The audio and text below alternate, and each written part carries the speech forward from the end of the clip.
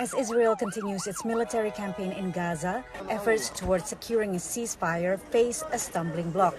Qatar, mediating on behalf of Hamas, said there is a lack of clarity from both parties at war.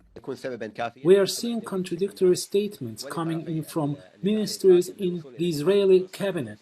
We haven't seen any statements on either side that give us a lot of confidence in the process. Israeli leaders have vowed to continue military operations against Hamas until the group is destroyed, despite a ceasefire proposal laid out by President Joe Biden last week.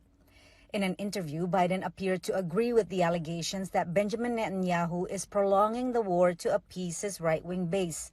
But when asked Tuesday if the Israeli prime minister is playing politics, Biden said no. I don't think so. He's trying to work out a serious problem he has.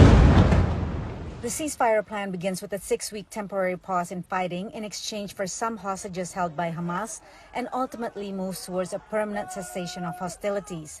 As Israel's guarantor in mediation talks, the United States said it expects some bargaining from both sides, but is confident that Israel will keep its side of the deal.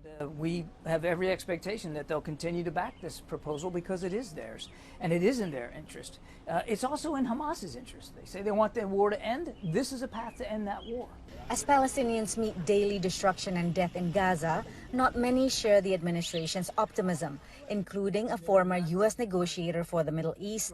My prediction is that even if both sides accept this, which is far from certain given the politics, particularly in Israel, that if you're lucky, really lucky, you'll get through phase one. But I don't see much beyond that. Biden has rallied support from the international community, including through a United Nations Security Council resolution to support the ceasefire proposal.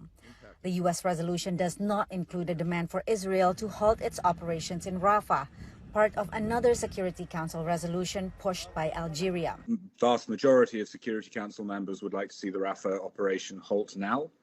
But if the U.S. can convince other council members that their proposal is a credible path to a ceasefire, including a ceasefire in Rafah, then I do imagine that other council members will compromise. But as civilians' casualties continue to mount, prospects for a ceasefire deal appear dim, at least for now.